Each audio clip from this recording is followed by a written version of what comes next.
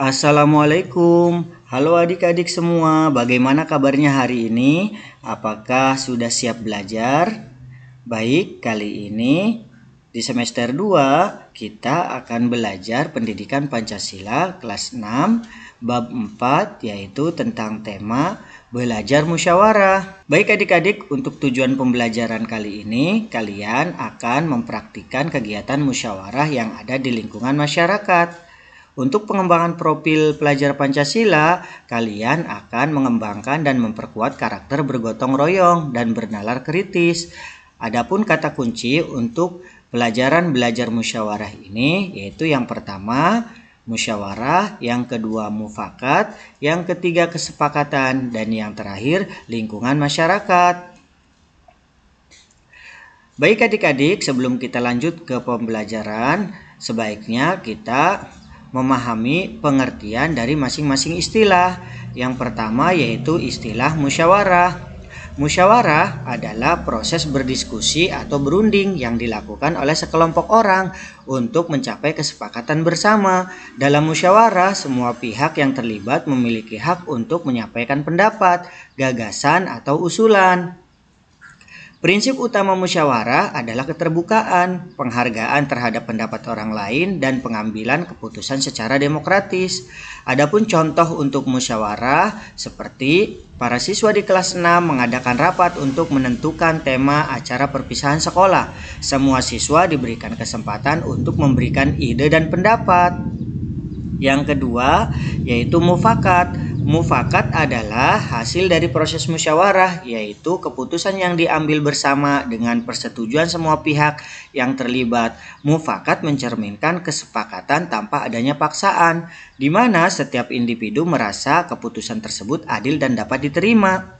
Adapun contoh untuk mufakat seperti setelah berdiskusi dalam rapat kelas, semua siswa sepakat memilih tema Pesta Budaya Nusantara untuk acara perpisahan. Tidak ada siswa yang keberatan dengan keputusan tersebut.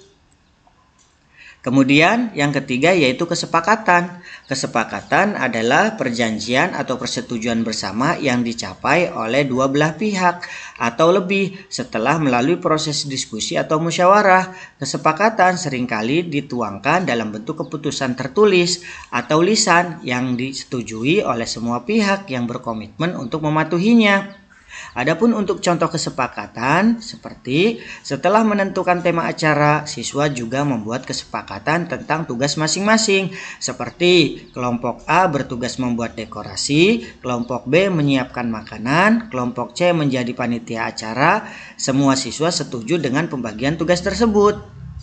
Yang selanjutnya yaitu nomor 4, lingkungan masyarakat. Lingkungan masyarakat adalah kumpulan individu yang hidup bersama di suatu wilayah atau komunitas tertentu, saling berinteraksi dan memiliki hubungan sosial. Lingkungan masyarakat mencakup hubungan antar individu, norma, nilai, tradisi, serta aturan yang mengatur kehidupan bersama. Lingkungan masyarakat juga mencakup aspek fisik, sosial, dan budaya, di mana individu berperan sebagai bagian dari kelompok sosial tersebut.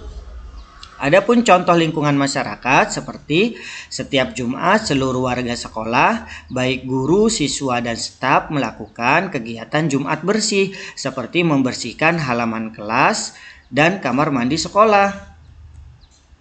Baik adik-adik semua, mari kita lanjut ke pembelajaran belajar musyawarah, yaitu yang pertama manfaat musyawarah. Ayo membaca. 1. Musyawarah untuk mufakat. Kalian pasti ingat bunyi sila keempat Pancasila. Ya, kerakyatan yang dipimpin oleh hikmah kebijaksanaan dalam permusyawaratan perwakilan.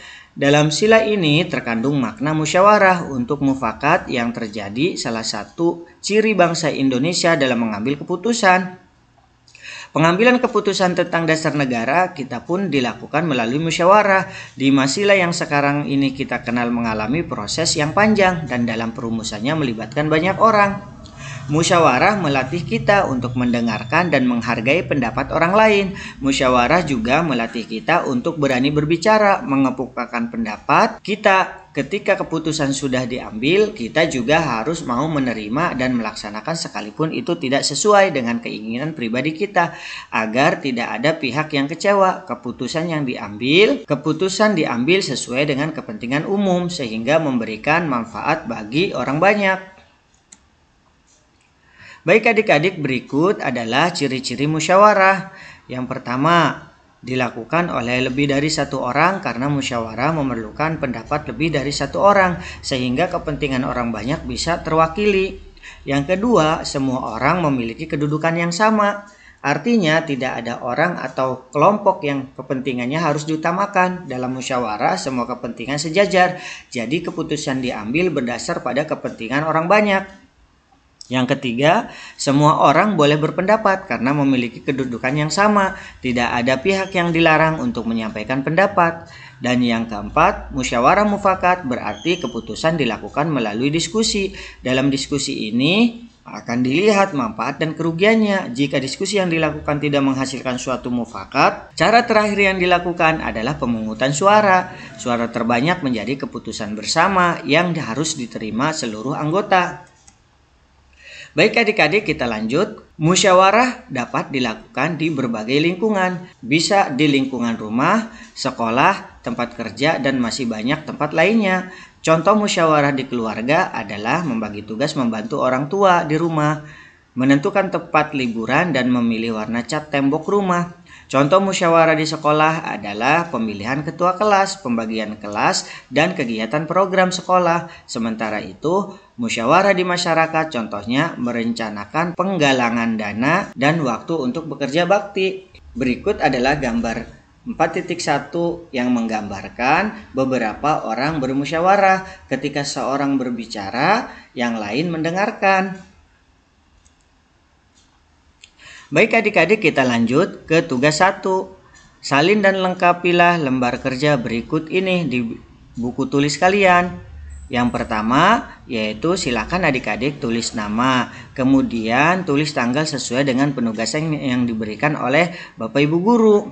Pertanyaan pertama yaitu apa yang kalian ketahui tentang musyawarah? Silahkan adik-adik bisa menjawab berdasarkan pengetahuan adik-adik berdasarkan materi yang sudah dipelajari.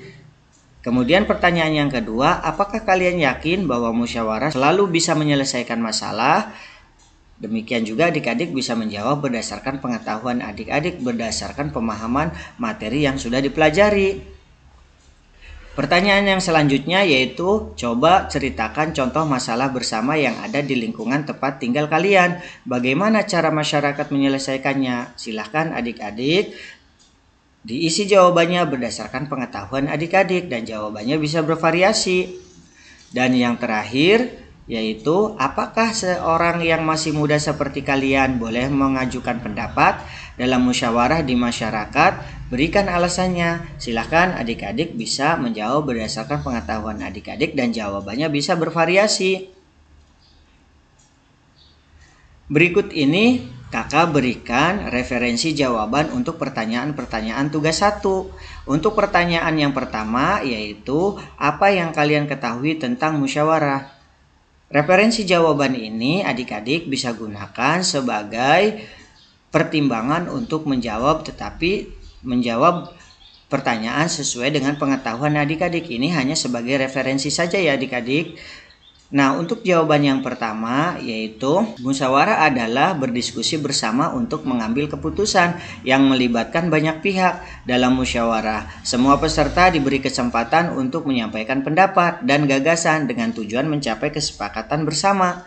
Musyawarah mencerminkan nilai-nilai Pancasila, terutama sila keempat yaitu kerakyatan yang dipimpin oleh hikmah kebijaksanaan dalam permusyawaratan perwakilan. Sekali lagi adik-adik, jawaban ini adalah sebagai referensi adik-adik dalam menjawab pertanyaan 1 ini agar adik-adik mudah dalam menjawab pertanyaan. Kemudian pertanyaan yang selanjutnya yaitu, apakah kalian yakin bahwa musyawarah selalu bisa menyelesaikan masalah? Silakan adik-adik bisa menjawab berdasarkan pemahaman sendiri, dan berikut kakak berikan contoh referensi jawaban yang bisa dijadikan bahan pertimbangan untuk jawaban adik-adik. Yaitu dengan jawaban, musyawarah seringkali dapat menyelesaikan masalah karena melibatkan banyak pendapat dan dilakukan dengan cara yang adil serta bijaksana. Namun tidak selalu semua masalah bisa diselesaikan melalui musyawarah. Hal ini terjadi jika 1. Ada pihak yang tidak mau bekerja sama atau memaksakan kehendak. Yang kedua, keputusan yang diambil tidak diterima oleh sebagian besar peserta musyawarah. Dan yang ketiga, masalah yang dibahas terlalu rumit atau membutuhkan keputusan yang cepat. Baik adik-adik, kita lanjutkan ke pertanyaan berikutnya. Coba ceritakan contoh masalah bersama yang ada di lingkungan tempat tinggal kalian. Bagaimana cara masyarakat menyelesaikannya? Adik-adik silahkan bisa menjawab pertanyaan ini dengan pemahaman adik-adik berdasarkan materi yang sudah dipelajari. Berikut kakak berikan contoh referensi jawabannya agar adik-adik mudah dalam menjawab pertanyaan. Yang pertama yaitu untuk contoh masalah bersama yang sering terjadi di lingkungan tempat tinggal adalah masalah kebersihan lingkungan, seperti adanya tumpukan sampah yang tidak terkelola dengan baik sehingga menimbulkan bau tidak sedap dan menjadi sarang penyakit. Kemudian jawaban selanjutnya, cara menyelesaikan masalah. Pertama, mengadakan musyawarah warga-warga, mengadakan pertemuan atau musyawarah di balai RT atau RW untuk membahas masalah sampah tersebut. Dalam musyawarah, semua warga diberikan kesempatan untuk menyampaikan pendapat atau solusi. Yang kedua, membentuk tim kebersihan. Setelah selesai diskusi, masyarakat sepakat membentuk tim kebersihan yang bertugas mengawasi pengelolaan sampah dan memastikan jadwal pembuangan sampah berjalan lancar. Jawaban selanjutnya yaitu yang ketiga, gotong royong membersihkan lingkungan. Warga sepakat mengadakan kerja bakti rutin, misalnya setiap hari Minggu pagi untuk membersihkan lingkungan bersama-sama. Dan yang keempat, menyusun peraturan lingkungan. Warga membuat kesepakatan tertulis seperti aturan tentang waktu pembuangan sampah, denda bagi yang membuang sampah sembarangan, dan langkah-langkah pengelolaan sampah seperti mendaur ulang. Dan yang kelima yaitu bekerja sama dengan pihak terkait. Jika masalah cukup besar, warga berkoordinasi dengan pemerintah setempat seperti kelurahan atau dinas kebersihan untuk mendapatkan bantuan fasilitas seperti tempat pembuangan sampah sementara atau kendaraan pengangkut sampah. Nah, jawaban-jawaban tadi dari nomor 1 sampai dengan nomor 5 ini adalah sebagai referensi untuk adik-adik agar dapat menjawab pertanyaan ini. Lanjut ke pertanyaan berikutnya. Apakah seorang yang masih muda seperti kalian boleh mengemukakan pendapat dalam musyawarah di masyarakat? Berikan alasannya. Adik-adik silahkan bisa menjawab berdasarkan pengetahuan adik-adik dari materi yang sudah dipelajari. Berikut kakak berikan referensi jawaban yang bisa digunakan sebagai acuan untuk adik-adik menjawab. Yang pertama yaitu alasannya adalah setiap orang memiliki hak berpendapat dalam musyawarah. Semua anggota masyarakat termasuk anak-anak dan remaja memiliki hak untuk menyampaikan pendapat. Hal ini sesuai dengan prinsip demokrasi dan sila keempat Pancasila yaitu kerakyatan yang dipimpin oleh hikmah kebijaksanaan dalam permusyawaratan perwakilan. Yang kedua, pendapat anak muda bisa membawa perspektif baru. Anak muda sering memiliki ide-ide segar yang mungkin belum terpikirkan oleh orang dewasa. Pendapat mereka bisa menjadi solusi kreatif untuk menyelesaikan masalah. Dan yang ketiga, belajar bertanggung jawab dalam bermasyarakat. Dengan ikut menyampaikan pendapat, anak muda belajar berpartisipasi dalam kehidupan bermasyarakat dan memahami pentingnya tanggung jawab bersama. Kemudian jawaban selanjutnya yang keempat yaitu menghargai kebebasan berpendapat. Musyawarah adalah tempat di mana semua suara dihargai tanpa memandang usia.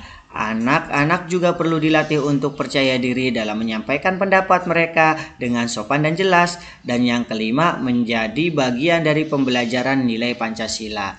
Berani menyampaikan pendapat menunjukkan bahwa anak-anak memahami dan mempraktikkan nilai-nilai musyawarah, gotong royong, serta saling menghormati. Nah, demikian adik-adik untuk pembelajaran kali ini. Jangan lupa adik-adik terus semangat belajar di rumah atau di sekolah, dan terus ikuti channel Guru Belajar agar adik-adik semakin bertambah wawasannya. Jangan lupa like, subscribe, and share, serta berikan komentar agar kakak terus semangat dalam membuat video-video pembelajaran. Dan adik-adik dapat belajar melalui channel ini karena masih banyak pembahasan video-video pembelajaran mulai dari kelas 1 sampai dengan kelas 6 SD.